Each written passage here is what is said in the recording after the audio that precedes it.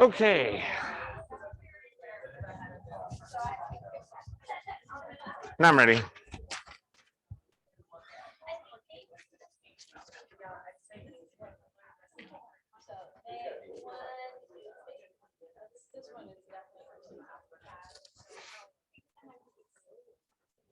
Okay, I'm ready to start if you guys are ready to start.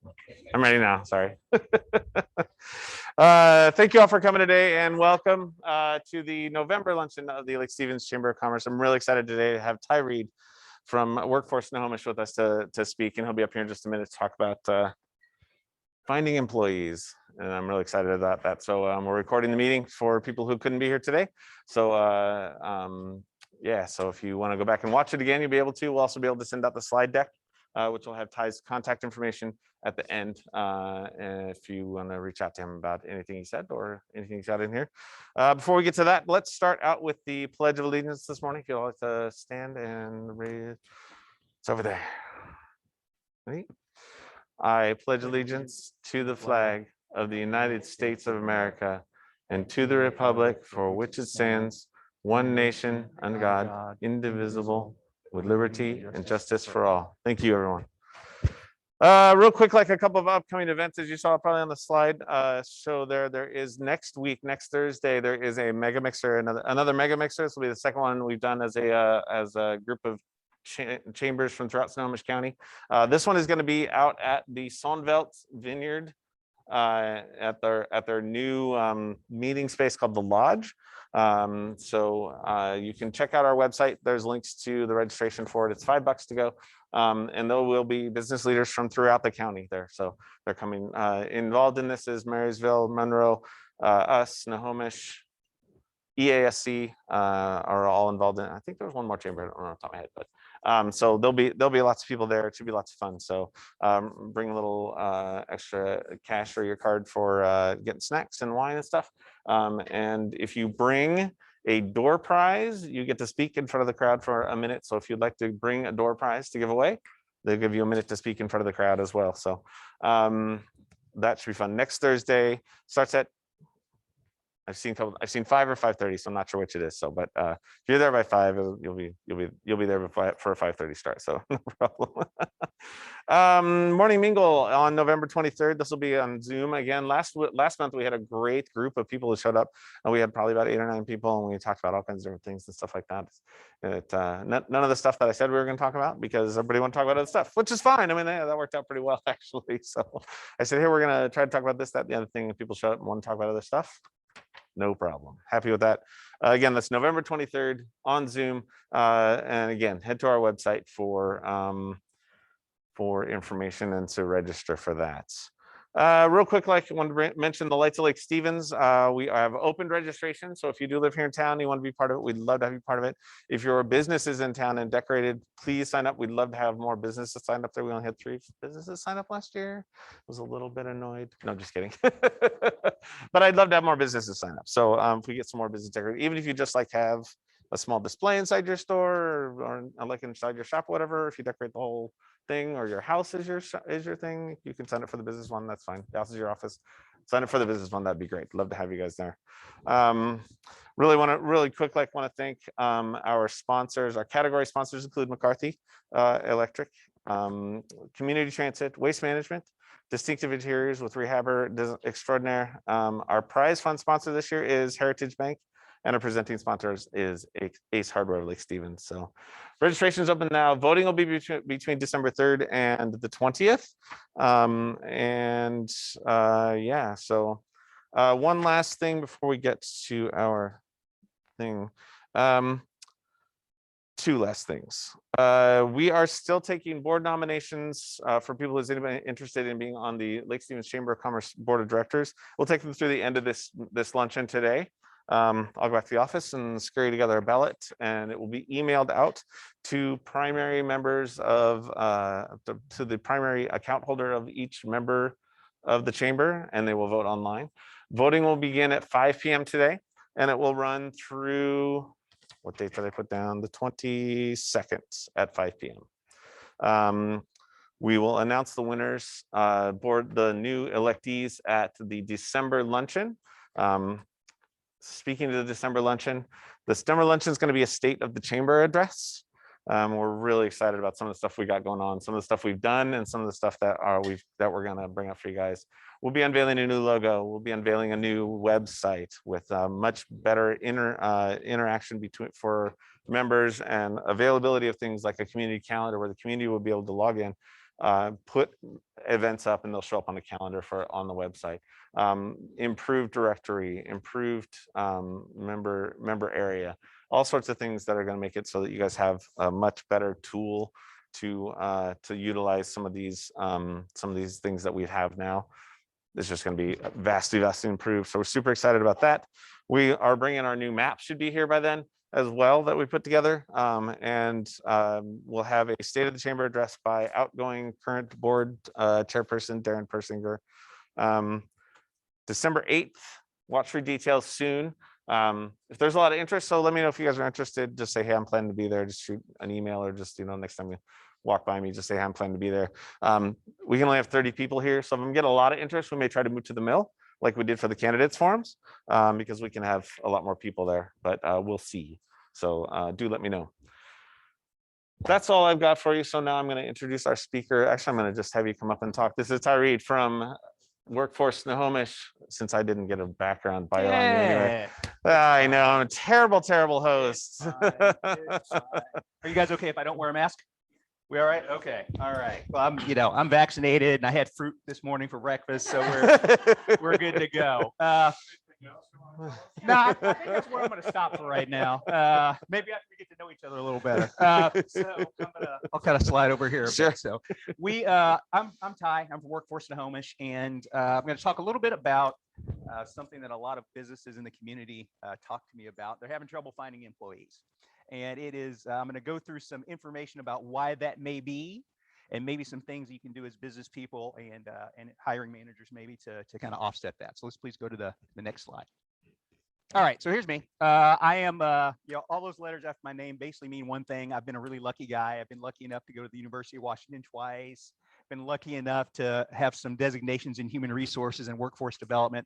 And my official title, which is kind of word salad, is Business Engagement Project Manager. And what that really means is, in Snohomish County, I'm the primary point of contact for businesses who want to engage with Workforce Snohomish on the programs that we offer for workforce development. And what we do primarily is offer programs that help businesses to attract, retain, and upskill their workforces. So anything kind of around workforce development.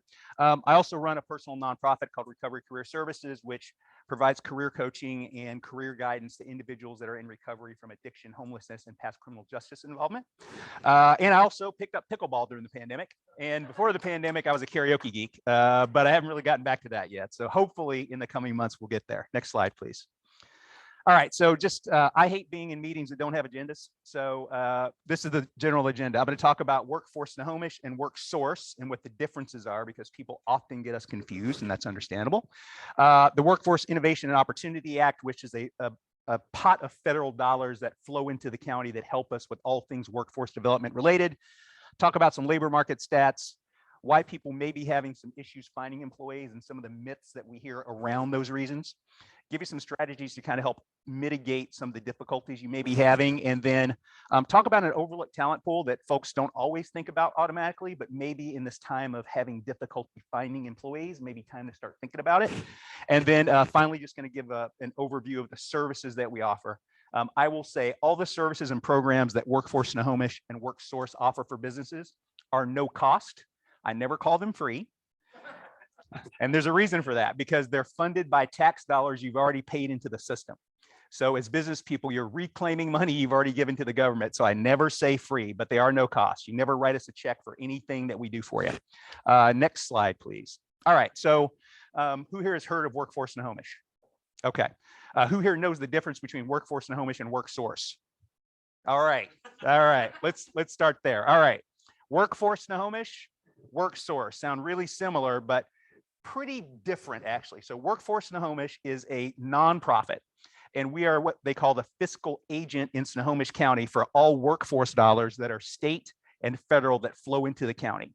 Everything that we do is designed to create unsubsidized employment opportunities, basically meaning people aren't taking any type of government assistance in any way to be in a particular job. In order to do that, we partner with organizations in the community. WorkSource is one of those agencies. Now, even though Workforce Snohomish is a nonprofit, we're technically not a government agency. We work with government agencies, we interact with government agencies, we flow through government money, but we're not a government agency. WorkSource is actually a government agency. They're a department of the Employment Security Department. And so connected, they have all their emails say ESD. So they are actually a state agency. And we flow dollars to WorkSource so that they can provide services for both job seekers and businesses. So typically when you think about Workforce Snohomish, which you want to think of, if I'm a business and I'm trying to get access to dollars in the county to help me attract, retain, or upskill my workforce, Workforce Snohomish is the place I'm going to go. If I'm a job seeker and I looking to trade careers, I don't have a job, I need help with a resume, I need help with interviewing, I'm going to go to WorkSource, right? Now, WorkSource, they do have people that kind of do the same business thing that I do, but for the most part, just for simplification, WorkSource is job seeker, Workforce Snohomish is business. Okay, next slide, please. And there's actually 2 WorkSource centers in Snohomish County, one in downtown Everett in the Smith building, kind of by the train station. And then there's one in Linwood, right by the, it's like a driver's license place. It's like Highway 99 and like 176. There's like a QFC and a McDonald's and a Money Tree, all kind of right in that area. Kind of know what I'm talking about. Next slide, please. All right, and this is all made possible by the Workforce Innovation and Opportunity Act, or WIOA is the acronym that we use.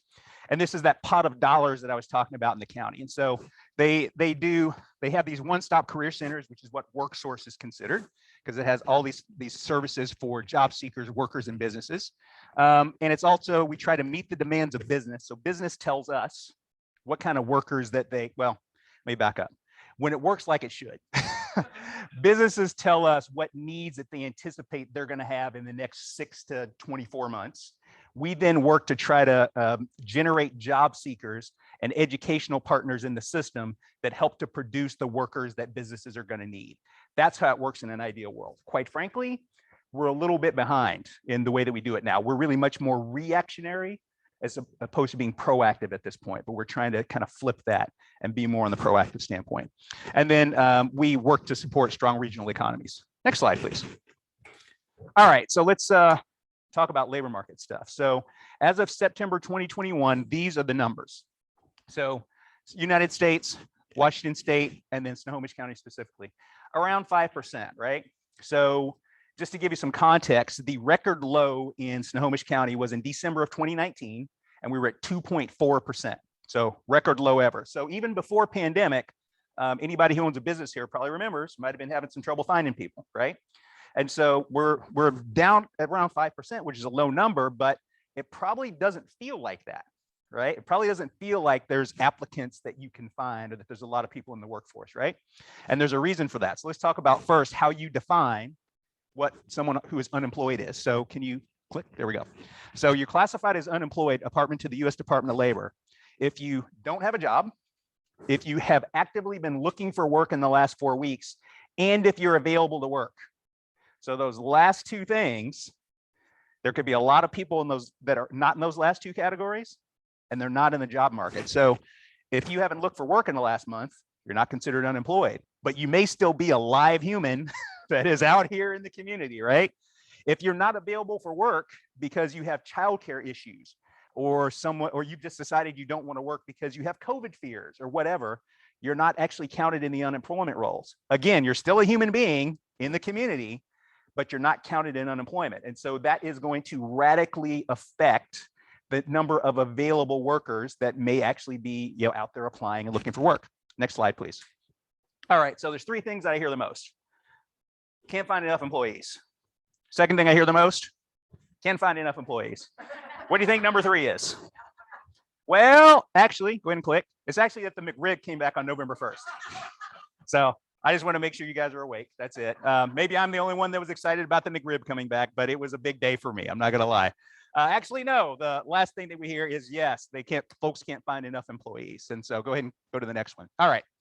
So why not? So people, I think we often will fall into this trap of trying to pin it to one thing. This is the reason people aren't working. This is the reason why there's no applicants, but it's actually a bunch of stuff. So nearly 30 million baby boomers retired in Q3 of 2020. Big number. It's a lot of people, especially when you look at the demographics of Snohomish County, right? Because we tend to skew, right now we skew a little bit older. So you've got a lot of baby boomers that are out. About 1 million working mothers have left the workforce, according to the US Bureau of Labor Stats. And that's kind of important depending on what type of business you have. So if you have the type of business where it is primarily a second income for folks, right? So there's 3 big industries in Snohomish County: aerospace, obviously. The second and third are actually restaurant and hospitality. And then the third one is education and healthcare. So those are the 3 big ones. And definitely in the restaurant and hospitality, and definitely in the healthcare fields, we have seen a huge deficit of workers available. We held a job fair. It's been about 45 days ago now, a healthcare job fair. There were 1,000 positions available. And so we had, I think, 16 or 17 employers, large employers, small employers, 1,000 open positions. We had 100 people show up. This is a virtual job fair. So they don't even have to show up in person. 100 people came through, okay? So this gives you an idea. And if you run a business where you're having trouble finding employees, I know it doesn't make you feel better, but it's everybody right now, right? And so if you have one of those, if you have the type of opportunities available where it typically is a second income, it kind of makes sense that maybe if there's more mothers who aren't in the job market, that this might have an impact on the number of applicants you may be getting. There's also a lack of childcare available on a couple of fronts. Number one, childcare is really expensive, super expensive. And number two, the childcares that are out there, they're pretty close to full capacity. And so a lot of folks, it's kind of a geographic thing. It's an economic thing. There's lots of things contributing to that. People, and this is anecdotal. So in the Snohomish County system, as far as job seekers that have been coming into the system seeking services, we've seen a huge uptick. And that's because more people are reconsidering what their options are career-wise. We have people wanting to do worker retraining. They want to take advantage of programs to go back to school and really starting to think about, do I want to go back to that frontline job I had before? Do I want to go back and work in that grocery store? Do I want to go back and work in that car dealership where I was selling cars and I got to see people all the time? People are really starting to reconsider what they may be able to do now as opposed to before the pandemic. Bunch of new businesses started in 2020, 4.4 million. So even higher than in 2019, right? So, which almost feels counterintuitive. I mean, I'm uncertain about what's happening in the economy. Hey, I've got an idea. Let's go open a business. But apparently, that's what people did. But it's also easier than ever to have what you would call a business, right? You can open a store on Etsy. You can sell stuff on Amazon. There's lots of ways that these aren't necessarily people doing brick and mortar. These are a lot of people trying to figure out a way to bring in just enough income so that they don't have to show up in an office or show up, face-to-face somewhere. And the pandemic has increased the value of remote work. Something that we're seeing a tremendous amount of are, some of those people I mentioned walking around in Snohomish County, they're now taking jobs in Pennsylvania because they get to work remote. They're taking jobs in Florida and California because that allows them to work from home. In my own household, my girlfriend worked for Nordstrom for 28 years and was working in the corporate office in downtown Seattle and was doing that drive or taking the bus every day. And she got a job working for a company out of New Jersey.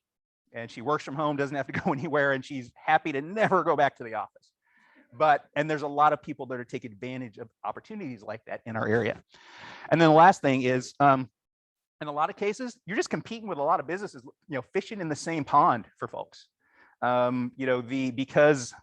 Because so many people have left the labor market at the same time. Now you're likely competing with businesses that you didn't think about before. You might be competing with Amazon, who is in the process of hiring 150,000 seasonal workers that they may hold on to many of them, right? And so it's just it is looking at what you have to offer and your opportunity versus what else is out there in the market. Next slide, please. Thank you. Oh, don't worry about it. There's always one in every room. All right, labor market myths. Let's go to the first one. People aren't working because of the federal benefits. Oh, this was a big one. This is a big one. I even spouted this myself a couple times. I'm not going to lie. But the facts are that in June of this year, there were 22 states that dropped the federal unemployment benefits, right? So in 19 of those states, as you can imagine, consumer spending went through the floor. plunged, right? If people aren't bringing in an extra $300 a week, they're not going to spend money, which unfortunately also hurts retail. It hurts restaurant and hospitality and really impacts the economy. The next thing, though, is that in those states, for every 8 people who came off benefits, only 1 person got a job. So it's not just the benefits. There's something else happening there, right? Like a lot of those other factors that we addressed, okay?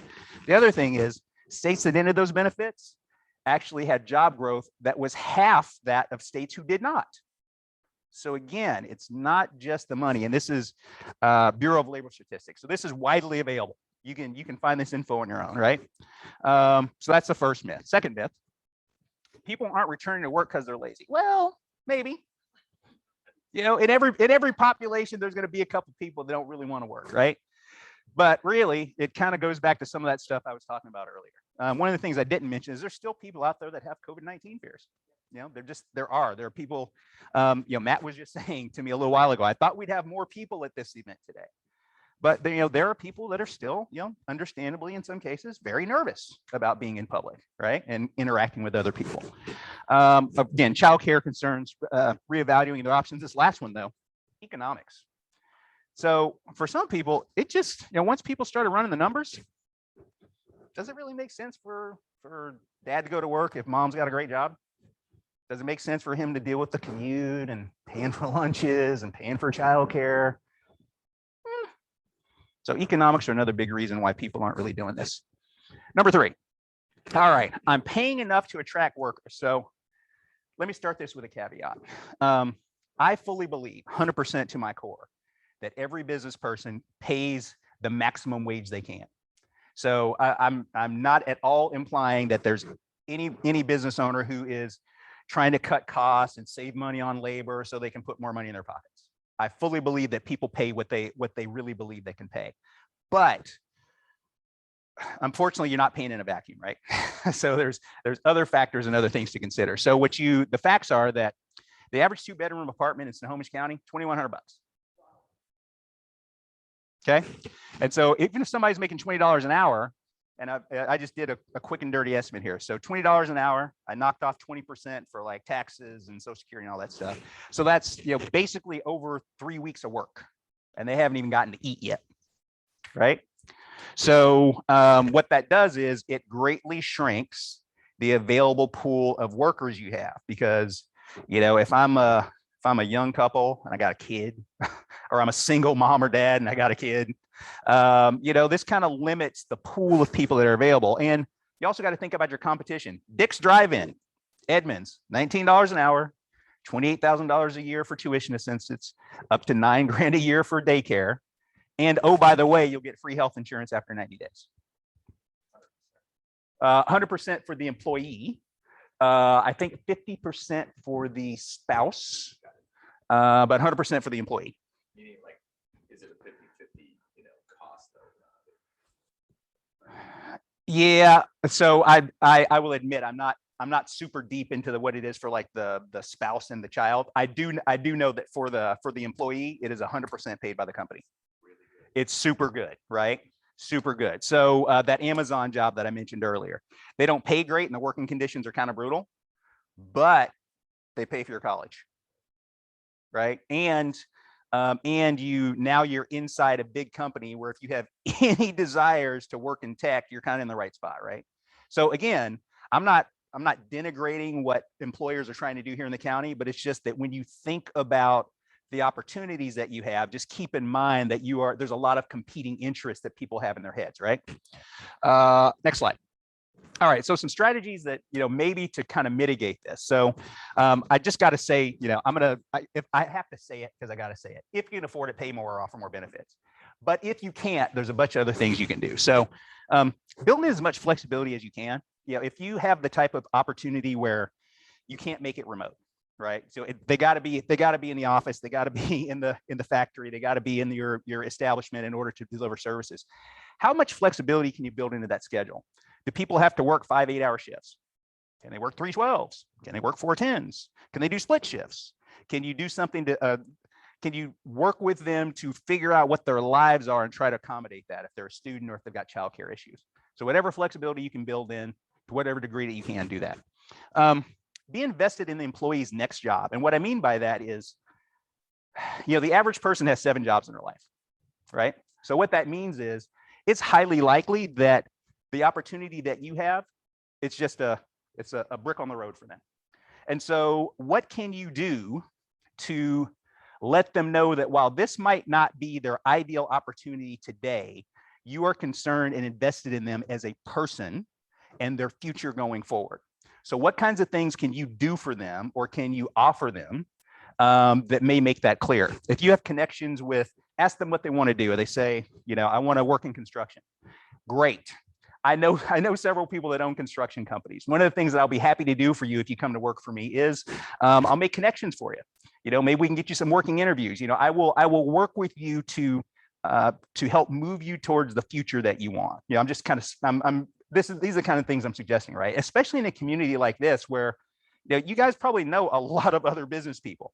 So there are connections that you can make that would help you to attract workers, right? Highlight transferable skills.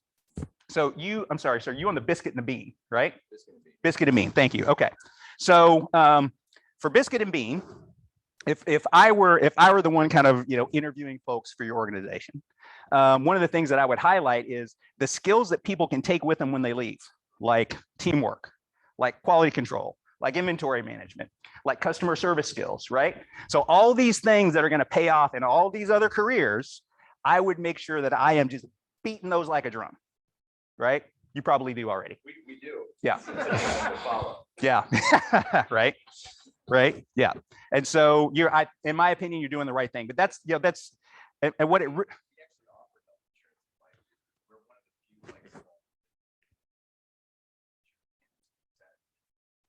Wow. Yeah.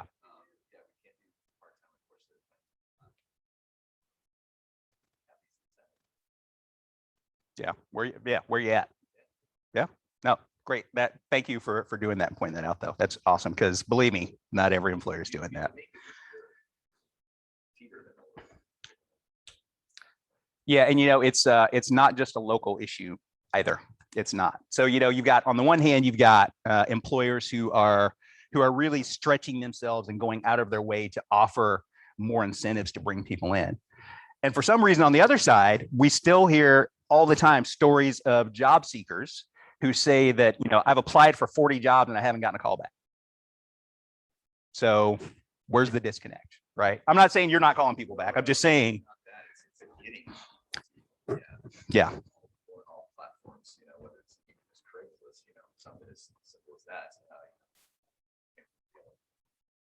Yep.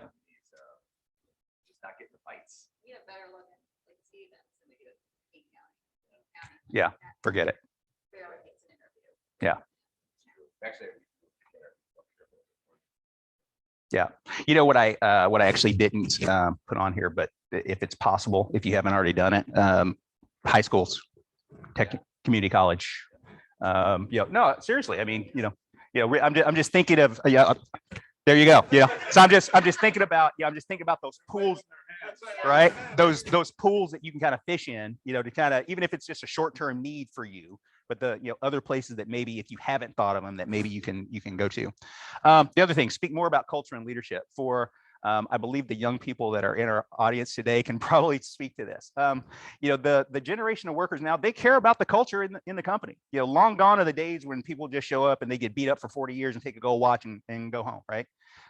Folks care about the leadership, and they want that leadership to be invested in them and interested in them as more than just the production they can bring. So again, in your postings, talk about the kind of culture you have. Talk about the kind of leadership and what kind of experience people can expect. And again, if you get a chance to get them on the phone or get them in person, pound it like a drum. There's a pizza establishment in Everett, and one of their claims to fame is that they have people come and work for them multiple times because they've created the type of culture where somebody will start out in high school and work for them, and they'll leave and they'll go to college and they'll come back and work for them over the summers. And then when they come back after college is over and they're trying to find their first job and they're living with their parents for 6 months, they come back and work for them again because they've created the type of culture where they know that they're invested in them as people and they care about them, right? So you get kind of those repeats, right? So what that tells me is that you have the right type of environment and culture, but you just need to be able to communicate that to people so that they understand that it's like that, right? And then the last thing is widen hiring practices. And so I'm gonna talk a little bit about this, but I'm gonna start off by revealing why this is super important to me. So 2014 and 2016, I was a homeless meth addict and petty criminal on the streets of Seattle and Everett. And when I got sober in 2016, super hard for me to get a job. Really hard for me to get a job. It was kind of a grind. And so it's really important that folks think about creating opportunity for individuals who may be coming from some tough backgrounds, either because they were disadvantaged to begin with, or they were like me and they were just idiots and ran their lives into the ground, okay? And employment is an incredibly important piece of people being able to successfully reintegrate back into the community for a whole bunch of reasons. Could you go to the next slide, please? All right, so the overlooked talent pool, second chance employees. And when I say second chance employees, what I'm talking about specifically are individuals that are in recovery from alcoholism or addiction, or people who have been previously criminal justice involved. And so, and it's a bigger pool than people might think. According to the FBI, there's somewhere between 70 and 77 million adults in the US that have a criminal record. About 1 in 3. To put that into context, there's more people with criminal records than there are with bachelor's degrees. Okay. So, you know, maybe that's a population problem. Maybe that's a criminal justice problem. We can have that debate all day. But in Washington State, there's over 2 million people that have criminal records, right? 2 million adults with criminal records. Next one, please. About 90% of those are free of the criminal justice system. And what I mean by that is not on probation, not on parole, not making restitution, not doing community service. So there's a huge pool of people out there who at some point in their lives have had some sort of interaction with the criminal justice system. And now they're just dragging that record around with them everywhere they go, being denied opportunities in housing, being denied opportunities in education and employment. Yes. Is this Mod Pizza does a really great job. And as a matter of fact, I think that is how they built their company. I know a bit about them. Mod Pizza basically takes, they will literally hire anyone, you know, I shouldn't say anyone, almost anyone with a criminal record. There's only like 1 or 2 kinds of crimes that they won't take. But it is built into their structure to, you know, they've done a really great job of also building in natural supports. And so they have staff that are, you know, within the company that help people with stuff outside of work, because obviously the stuff that happens outside of work can greatly impact the quality of work that people produce, right? Oh, so, yeah. When you say success, what do you mean? well, I mean, have there been any kind of, repercussions? There haven't been any legal repercussions. You know, here's my big thing with this. Every employee is a risk, right? And so employees that have never had a speeding ticket, risk. Employees that have had criminal justice background, risk. It's all about getting curious and asking the questions and making sure you have enough information up front to know whether that's a good risk or not, right? And so has Mod Pizza had some folks that they tried to bring in and give an opportunity and it washed out? Absolutely, 100%. Yeah, absolutely. But have they had some success stories? Yeah, they have as well. And again, this is like their culture. This is baked into what they do. So about 90% are free of the justice system. Second chance employment benefits communities in a number of ways. So it has been shown that either lower unemployment or higher employment, however you want to look at it, leads to lower crime, lower poverty, lower homelessness, and a greater tax base for the community to draw upon to provide services in the community. And I don't remember what the next bullet is. Okay, we'll get to that in a second. So I'm gonna present this information to you in a positive way, in a negative way. Here's the positive way. The positive way is that if we provide, you know, living wage, equal employment opportunities to individuals who are trying to re-enter our neighborhoods, and believe me, they're here already. It's up to us to decide exactly what their experience here is. Is an experience where they're going to get equal opportunities, or are they going to be further sentenced to a financial sentence as well, even after they have finished their obligation to the justice system? So here's the negative way. Do you want them showing up at work to get a paycheck, or do you want them showing up at your car to get your stereo? Okay. So we can provide opportunities for them to be positive, contributing members of our society, or we can have them reoffend, become an inmate again, and then pay $42,000 a year per inmate to support them on the state's dime. Yes. I taught at Echo Glen for 22 years, Mm. and my students would go out there and try to find a job that they can find. Yeah. He said, I have to commit a crime so I can get back and have a cot in 3 months. Yep. This is a shame that you have to commit a crime to get back in the system. And bring back in prison. Yeah. So within the first year of release from jail or prison, 75% of folks still are unemployed. The number one reason why people reoffend and go back to jail is because of poverty. Everybody got to eat. Everybody got bills to pay. And I believe if people given a fair opportunity, will take that fair opportunity. And if they're not, well, they're going to do some other stuff. And then second chance employment addresses DEI. So, diversity, equity, inclusion, all the rage today for good reason. People tend to think of the kind of the big two. Now, there's a bunch of different kinds of diversity, right? But the big two that people think of are gender and race. But diversity of background, kind of important and can really add something to your workforce. So something to consider. Next, please. All right. So some general hiring practices for employers who, if you are considering hiring out of this talent pool. Number one, don't have blanket policies. So don't have a blanket policy where you say, if you got a misdemeanor or you got a felony, we're never going to hire you. Number one, you're shrinking your talent pool. And number two, that might be illegal. You might be setting yourself up for a lawsuit. Number two, there's nothing that says that you can't have different background checks for different positions. If you have a company where you've got like an accountant and maybe you've got a dock worker, probably doesn't make a lot of sense for both of those to have the same background check. Obviously, the accountant has access to a few more things that could hurt the company, but the dock worker, well, that might be a chance for you to create an opportunity for somebody. The other thing is writing more inclusive job postings. I cannot count the number of job postings that I see for entry-level positions, and they say they want 5 years experience. Come on, really? 5 years? That's not really entry level, right? And so, I understand why an employer might want to have someone with that much experience, but again, you're shrinking your job pool. And if I'm somebody that doesn't have a lot of job experience, but I'm looking for an opportunity, and the ad says 3 or 5 years experience, and I don't have that, I'm not even gonna bother. Like, what's the point, right? So try to be more inclusive in your job postings and really look at your positions and think to yourself, is this nice to have or is this gotta have, right? If it's just nice to have, well, you might want to leave it out. If it's got to have, get it in. But if it's just nice to have, you may want to leave it out. And then last thing is that get curious. If you have the thing, what's really frustrating for me often. So actually, I'll give you an example here. I'll use a personal example. So I've been sober for about 2 months, and I applied for a position, big company. I hadn't really made a lot of legal money the year before, so it had a pretty good salary attached to it. I was highly qualified for this job. All I had was criminal misdemeanors, and these misdemeanors had nothing to do with the job I was applying for. So I go to the interview with the hiring manager, slayed it, loved me, wanted to hire me on the spot. All you got to do is pass the background check. All right, I was a little nervous about the background check, but I'm like, well, misdemeanors don't have anything to do with the job, not handling money. This should be fine.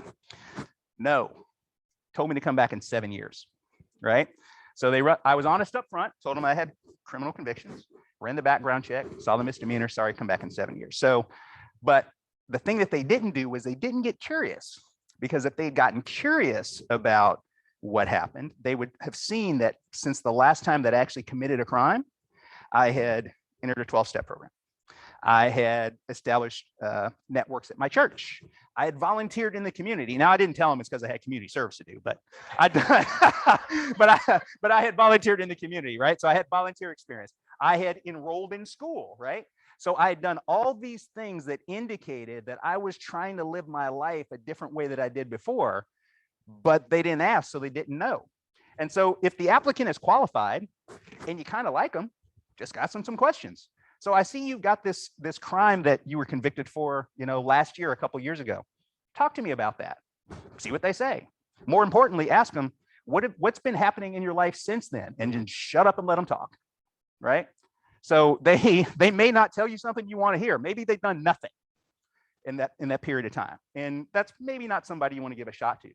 But if it's obvious that they're actually trying to do the right thing and they can tell you about it, and even better, you've got a couple people you can call and ask about it, this might be somebody you want to think about, but you're not going to know that unless you ask the question. Okay, next slide, please. All right, so the next question I always get after I make a presentation like this, Ty, you've convinced me with your charisma and unassailable logic. We should be hiring people that have past criminal justice involvement. Where do I go find talent? So there's 3 organizations that just kind of right off the top of my head that operate in Snohomish County. They do worker retraining for individuals who have past criminal justice involvement, and even better, they offer wraparound services. So I touched on a little bit earlier. What happens to people outside of work can greatly impact how they perform at work. And these organizations offer wraparound services. So if somebody has childcare issues, they've got transportation issues, they've got food security issues, if they have any mental health stuff they're dealing with, they offer the services to kind of support them. And oh, by the way, they also work on retention. So after someone is placed with your organization, they stick around for 6 to 12 months and they work with you and that worker to make sure they stay in the job. So you kind of get like a shadow HR department whose only interest is in keeping that person in the job. And oh, by the way, it's free. Now, in this case, I can actually say it's absolutely free. This is actually free. Not no cost, this is actually free, okay? So if you are an organization that is considering providing an opportunity, this is the way that I would recommend that you do it, unless you're like a Mod Pizza and you got like a ton of experience hiring folks and you've got in-house people set up to do that. But assuming you don't, connecting with one of these community organizations is a great way to kind of get introduced to that and to kind of be able to pick what kind of population you want to deal with. You can say, these are the requirements for my job. I need people that need to handle cash, right? So I probably shouldn't have somebody that embezzled. Just saying, right? So you kind of get a chance to dictate what criteria you're comfortable with, and then get a chance to have them perhaps send you candidates.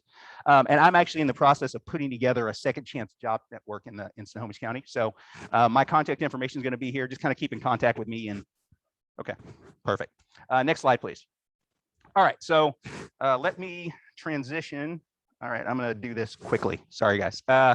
So I'm going to transition quickly to the basically the things that Workforce Snohomish and WorkSource can do specifically in the county to help businesses. And there's 3 areas. So it's hiring assistance, work-based training, and work-based learning. And I'll talk about those in a second. Next slide, please. All right. So for hiring assistance, there's a few things we can do. We have our WorkSource Washington website, which is we can get you a free job posting. Now, this is not one of those things where it's going to be so powerful that you should stop doing Indeed and stop doing Craigslist. It's just something else to augment your efforts. There's tens of thousands of job seekers that come through that website every week. We'll put your opportunities up and you can present those on the site. We also have this thing called an employer of the day. And this is so kind of like, there's job fairs that you can go to. This is basically a job fair of one. This is a job fair. This is just for your organization. You present your opportunities. We send those opportunities out to about 200 of our community partners to promote the fact that you're having one of these. And then you get either hybrid, in-person, or virtual opportunity for 2 to 4 hours to basically come through and have applicants hopefully come through an interview, right? So it is specifically dedicated to you, really easy for us to set up for you. We do, I think we do 4 of these per week right now. So, but we have spots available. And then there's some consulting stuff that we do as well. So having trouble writing that job posting, happy to help you with that. Having trouble, figuring out what your competition is from other employers in the area, we have data to help you with that. And for the particular opportunity that you have, are you paying at market rates? Are you not? Where do you kind of land? So again, all kind of included in those no-cost services that we offer. Next thing. All right, so we have work-based learning, and that's a whole bunch of word salad. Let me break it down for you. So basically, you can do 2 things: paid internship or transitional job. These are temporary work situations, usually 2 months to 6 months. They're 100% wage subsidized. So somebody else pays the wages, the workman's comp, not you. The advantage to you as a business person is that you get an opportunity to almost try and before you buy on some of these folks. So it gets you a pool of workers to come in and work in your business. Obviously, you're going to provide them some supervision and some training. At the end of that period, you're not obligated to hire them. If you like them, great. If you don't, no problem. But it's a low risk way for you to be able to evaluate perhaps potential workers. And again, all the wages are paid by somebody else, in this case, the Employment Security Department. And all you really do for us, you fill out timesheets for them and you give progress reports. Progress report is Johnny showing up? Is Johnny doing what he's supposed to be doing? If no, we step in and coach. If yes, then great, we move on and they keep getting paid and we have no issue. So obviously that's the quick and dirty version. Happy to provide a lot more info, but it's a good way for businesses who need workers and want to do it at a relatively low risk way to take advantage of that. Next slide. One more slide. All right. So I'm sorry, one more slide. So you got all the info there. So that's work-based learning. So work-based learnings are meant for folks that don't have a ton of job experience, right? And they're not currently employees of your company. Work-based training is for people who either are or soon will be employees of your company. And there's two programs that we have. Let's go to the next slide. So there's on-the-job training and there's incumbent worker training. So on-the-job training, obviously when a business hires a new employee, got to train them. Yeah, they don't know what the heck they're doing yet, right? So these are both reimbursement programs. On the job training reimburses 50% of the employee's wages within the first 2 to 6 months while they're in that training period. You are going to tell us what that training period is. How long do you realistically think it's going to take for this person to get trained? And then you're going to provide us payroll receipts and we're going to cut you a check for 50%. It's pretty simple. So again, an opportunity. Now, this person is actually an employee of your company, whereas with the previous, the paid internship, the transitional job, they are not employees of your company. Their wages are being paid by somebody else. In this case, this is your employee. You're simply being reimbursed for their wages, right?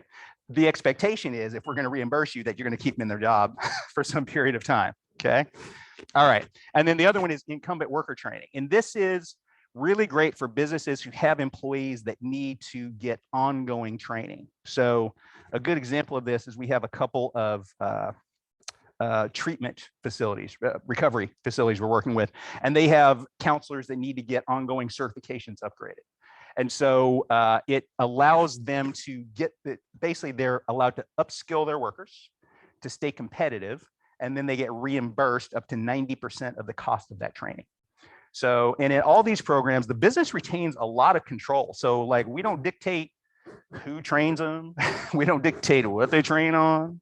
What we care about is that business is remaining competitive and that the employees are gaining some sort of benefit from the training. This also works, by the way, if you're bringing in like a new piece of equipment and the manufacturer is going to come in and train your people and charge you to train them, you can use it for that too. So again, anything to help keep the business more competitive is what this is used for. I think you can actually go through the next 3 slides. One more. All right. So this is just I'm going to leave this for you. This is a quick, just a table that says, kind of what the overall numbers are and whether it's a employee wage or a business reimbursement. So Matt is going to send all these slides out to folks afterwards. Everybody who RSVP'd is going to get all these slides, which also have my contact info because I blew it and didn't bring any business cards. So next slide, please. All right, and that's it. So thank you guys so much for your time and your indulgence. Any questions? Okay, yeah, yes. Yeah. I noticed something on people with disabilities. Yeah, and that is, thank you for bringing that up. So Orion also works with folks that have disabilities, and the Division of Vocational Rehabilitation is another area. And I apologize for not including that, but that's an oversight on my part. Thank you. But yes, that is another overlooked pool of folks because those folks that fall into that labor pool, their unemployment rate is through the roof. It is.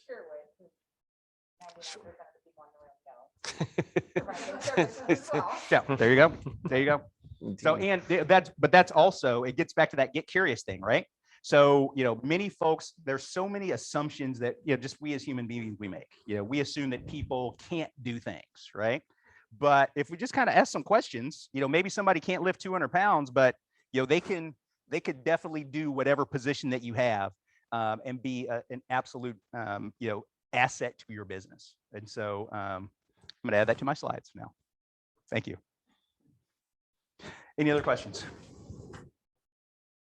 Awesome. Thank you Great. guys so much. Thank you, Ty. Fantastic, excellent. Yeah, like Ty said, I'll email out slides to those those of you who RSVP'd and those of you who didn't want to email me at director@LSChamber. So if you guys want slides, I'll have to send them to you guys, and I will include you guys in that. So, yeah, thank you, Ty. That was fantastic stuff. That's awesome, just as awesome as I was expecting to be. Awesome, thanks. Okay, let me do this real quick.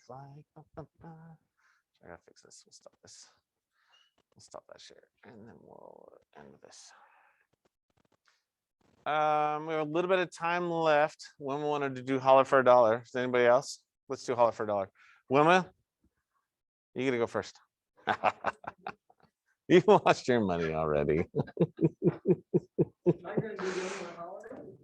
Maybe. Oh. Oh, gotcha.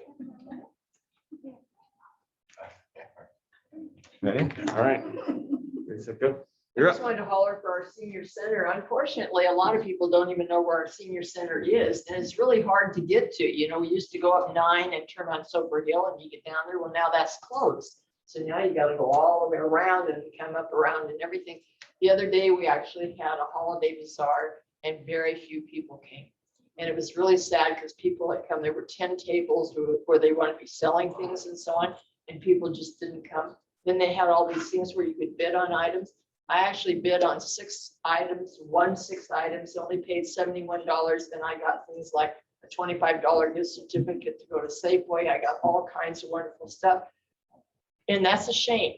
We should have had more people come to our senior center. So I want to give a shout out to our senior center and give it a shout out to come visit us. We do have, excuse me, we do have meals every Wednesday and Friday now. You don't have to be over 50 years old. A lot of you in this room, look, yeah, Amelia, you guys are obviously out of but come up sometime to our senior center because we really have very good meals and we would welcome you royally and we'd like to have a good time. So that's a minute, right? That's it. Yeah. Thank you. Thank you very much. Anybody else? I think that's about all I had. So thank you again all for coming today and listening to us speak. What you want to make the Steve Hobbs announcement? Oh, sure. Yeah. So you want to do it? Go ahead. I'll let you. The one more thing. Apparently, the governor has just appointed Steve Hobbs as the new Secretary of State. All right. Oh.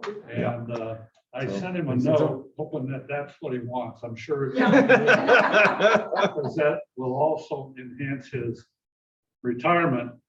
But it also leaves a void as being the chair of the Senate Transportation Committee. But Right. knowing Steve as long as I have and being involved with him, I'm really pleased. I think that is a great choice. I think it goes along with the current Secretary of State that's leaving. I think he'll bring the same integrity to the job that she did. Absolutely. Cool.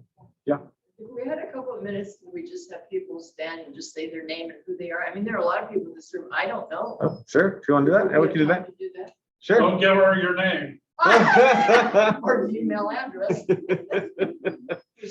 So how about, yeah, how about we just real quick, like say your name and who you're with. And yeah, that'll work. Marcy, you want to start? Look, you were eager. Look at that. She was like just about jumping out of her seat. I love that. That's awesome. Marcy Manabuthan, and I work with Waste Management. Thanks. Ryan. You okay, that right. Right, all right. And Yeah, that worked. McCarthy Electric and Technologies. Yeah. Excellent. Kelly. Okay, fine. We'll go back to the press table. That works. Right, it's gonna be. I'm sorry. I didn't hear that. That's gonna be. Yep, it's gonna be the restaurant that we're in. That's right.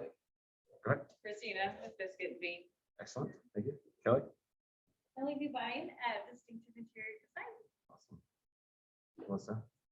Okay, I'll look. That's fine. No, go ahead. Go ahead. Yeah, Amelia, go ahead. Okay. I'm Amelia and I'm with LSA to stack up. Lou. Thanks for being here today, guys. Appreciate it.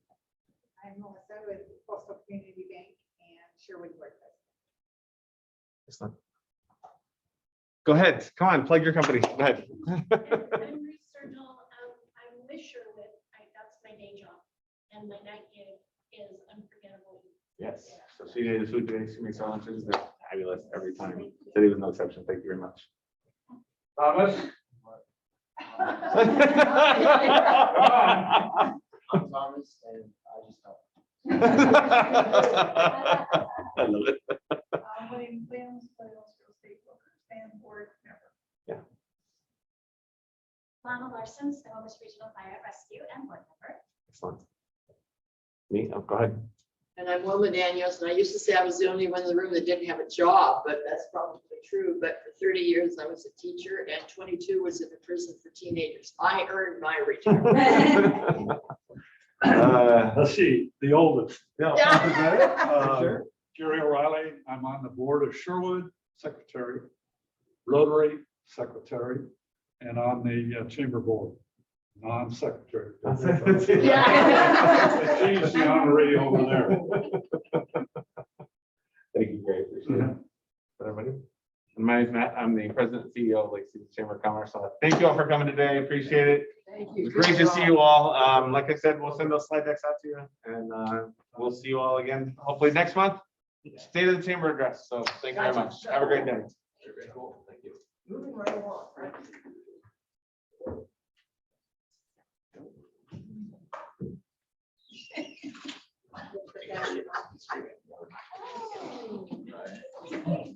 Hey, Matt. Well, Deco will be back the December one. No problem. Probably won't be us, but. Yeah, no problem. That's great. Thank you guys for coming. Yeah. Thank you. Excellent. Good to meet both of you, and good luck in Arizona and California. I will. No, yeah. Oh, okay. Yeah. Okay, cool. 'Cause I know there's different rules and stuff. I don't know if you're I'm allowed gonna throw it up to. and see what happens, right? Worst they can say, worst they can do is take it down. So, Yes. Yeah, so, yeah. We'll just text you back or email you back, like, Yeah. oh, no, but, No, I'm sure that's fine. I think I did last week. So. oh, okay. No, I will. Yeah, definitely. Ashley's my neighbor. She's someone who Oh, all right. runs it. Yeah, she's like 2 doors down. I love it. But she's good. She's perfect for it Yeah. because she's like, yeah, black and white. There's no like, between. Cool. Excellent. Yeah, cool. Awesome. Awesome. Thanks for coming. Good to see you. Yeah.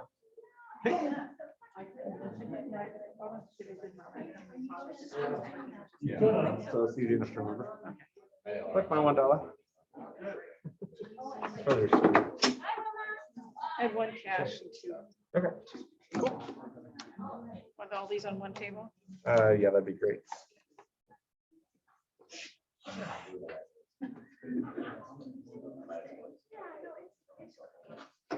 It was good to meet you. Good to see you guys again.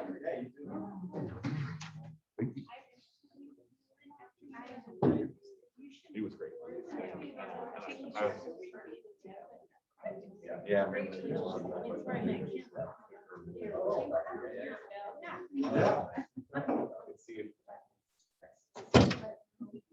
Yes. No, yeah, definitely. Good to see you. See you later. Okay, you too. Yeah, no, it definitely is. And the subject is.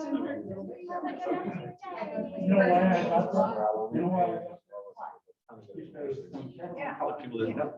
People had no idea about it.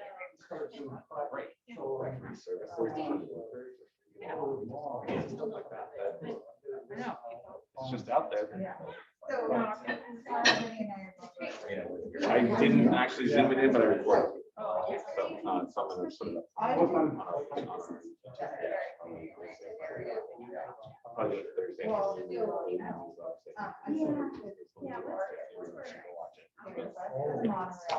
Yeah, it was great.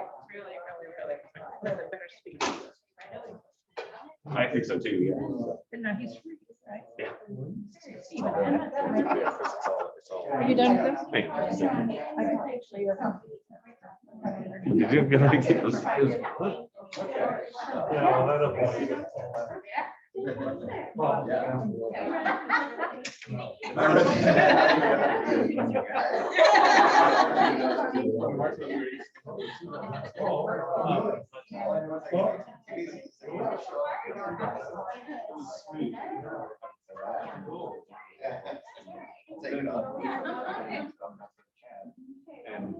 you out of here? Yeah.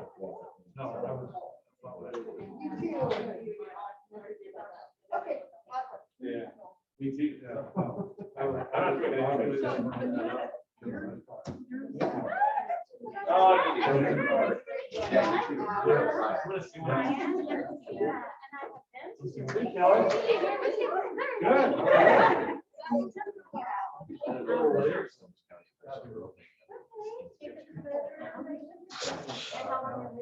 Well, their flagship is now it's.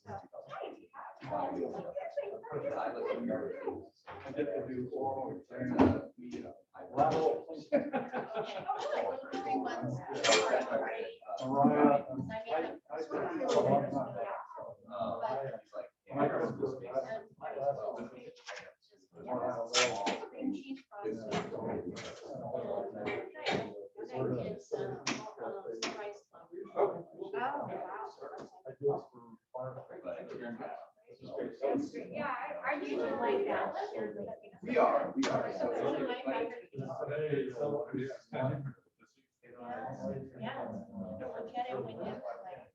Right, yeah. Oh, that's.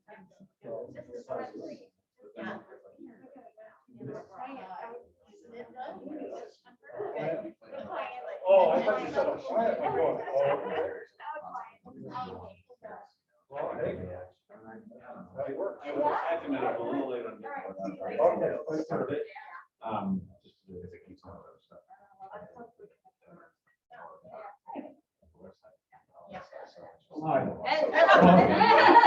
That's okay, half the time I've got all my. Okay.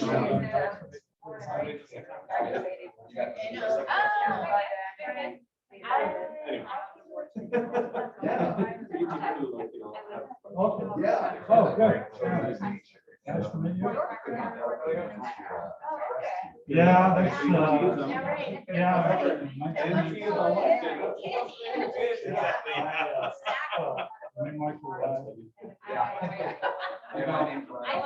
Well, you know, I used to talk to my mother.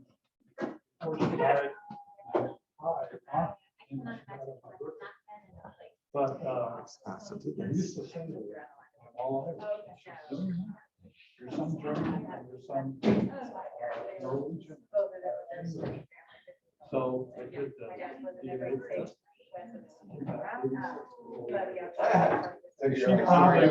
She was probably turning over her grave.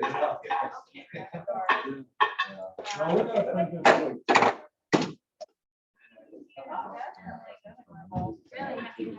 Anything else I can help you with? Nope. I'm just gonna run a little bit of the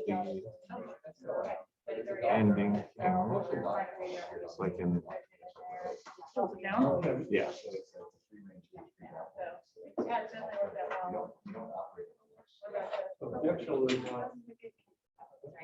It's on the, so, you just take 123rd, you know, the main, 84th. Yeah. So we're just south of that, and that's my front. Oh, cool. Yeah, so. I can't even fathom that. So is your place a franchise or My, you started it yourself? oh, everything, all my business. Okay. And you have one down in county too? So I have my flagship. Okay. Another one. That's my old stopping So, right. you know. Oh, yeah. We have a commercial kitchen. And then we're opening retail. So it'll be. We're, You know, Tim Tavern.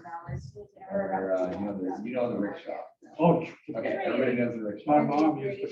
So we're 4 blocks east of that.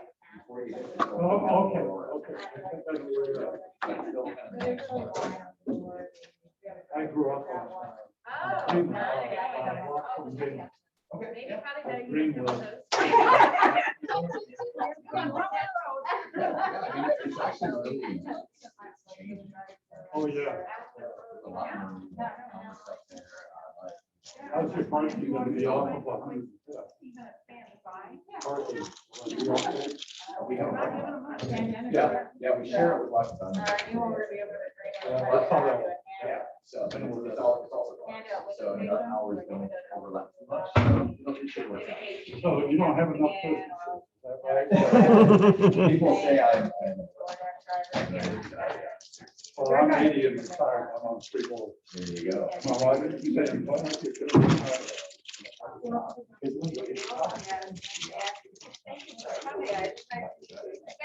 Well, if you have something awful,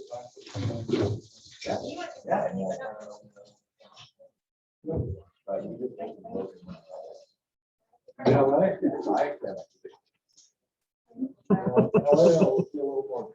That's a thing. Oh, So we like. yeah, but you wouldn't you still go down there a little bit more? Oh, absolutely. Yeah, contractually, we have. Because you want to make sure that the whole your name. Quality control, name,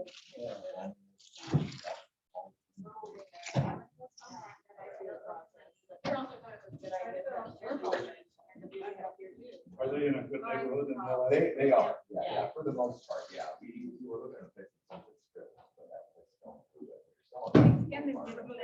Silver Lake area. It's, down by my doctor. Oh.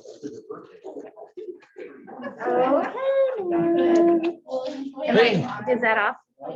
Is that off? No, hang on. Even better. I know.